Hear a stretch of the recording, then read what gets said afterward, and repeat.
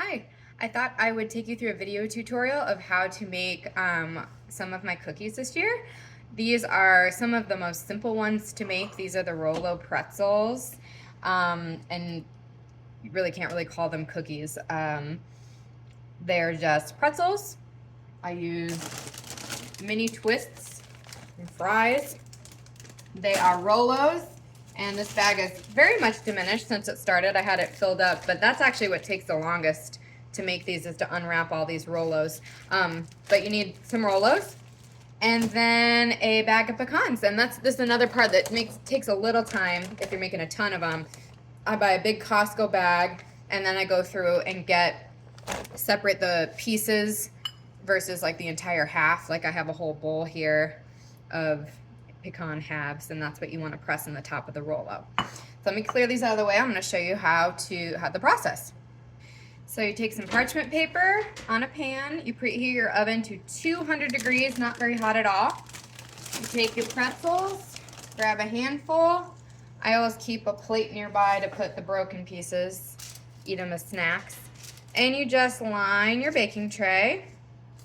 You don't have to worry about them being spaced too close together or too far apart. It's whatever you want. They don't spread or anything. I guess if you put too many on there, it gets kind of difficult to press the pecans in before they start cooling. But yeah, you just line your baking sheet with your pretzels, and I'm not gonna edit this, so I'll just pause it while I do my pretzels. All right, so I lined my sheet with my pretzels. Then I take my Rolos, and my hands get a little chocolatey because I like to hold in my hand. It's just easier. And I just plop a Rolo right on top. Whoopsies! Oh, I got caught with a kitchen towel. Thanks, kitchen towel. I'm still gonna use that. And try to center them in the middle-ish. Again, not that important, but they will start to droop off to the side when they melt if they're on the side of the pretzel, but doesn't matter. If it's ugly, still tastes good. So yeah, so we're gonna line this whole sheet, and then we're gonna pop these in the oven for 5 minutes. You don't wanna bake them any hotter than 200, and you don't want to bake them, I say bake, melt them, I don't know, you don't want to leave them in there any longer than 5 minutes because the like plastic coating or whatever's on the outside of these chocolates from the factory will kind of harden, and then they won't have that smooth melt. Truly, 200 degrees for 5 minutes is the sweet spot. If you forget about them in there, which I have done, you could, again, they still taste fine, but they just kind of have a crusty edge, and that when the pecans are pressed in there, and the pecans just kind of sink in the chocolate instead of melting it down. So be careful when you put these in the oven. Here's what they look like. Cute little lined up soldiers. Keep the tray nice and even because these will slide around. They're not very heavy. I'm gonna pop these in for 5 minutes. Set the timer so I don't forget about them. And while these are baking, I usually just get going on another sheet so I can rotate them out. All right, so I have another tray ready to go as soon as the timer goes off. Forgot to mention the other essential is my cup of holiday cheer while I'm baking. Also a necessity. All right, there's that timer, perfect timing. Just going to slide these over, take this batch out.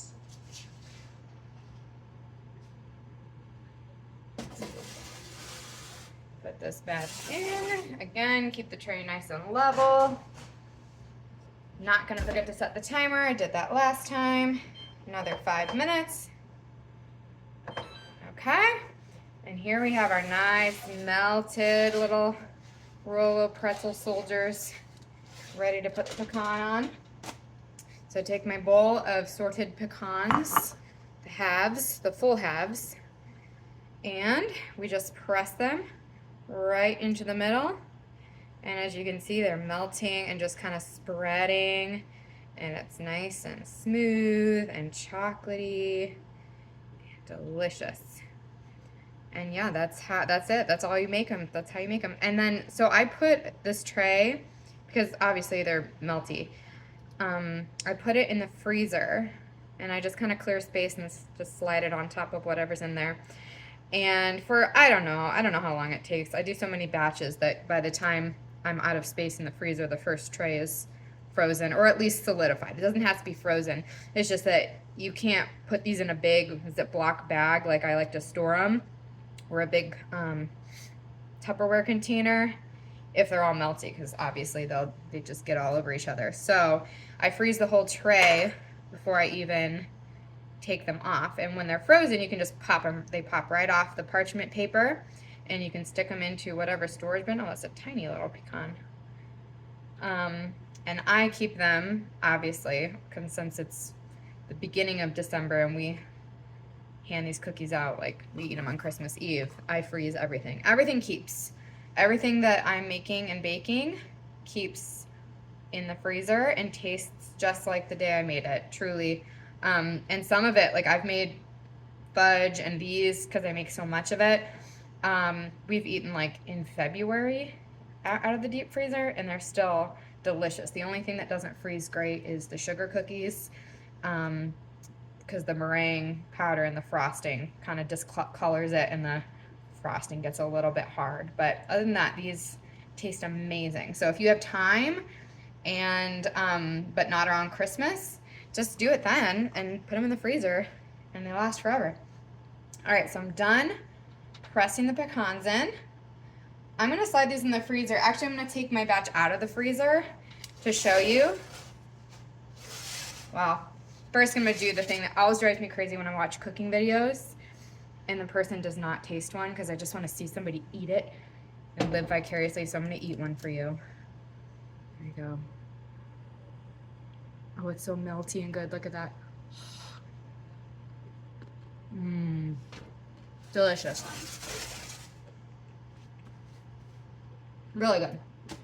Okay.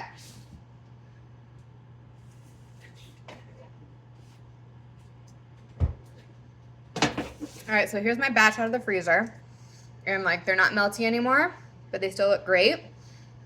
And these, I'll put in a big Ziploc baggie. Here's the ones I've already made. And they store perfectly. They don't break or anything. They're all intact. Before I pop them off though, I have to keep track of how many I've made so I can evenly distribute them in my gift boxes. Anyway, there you go. Rolo Pretzels. Make them at home.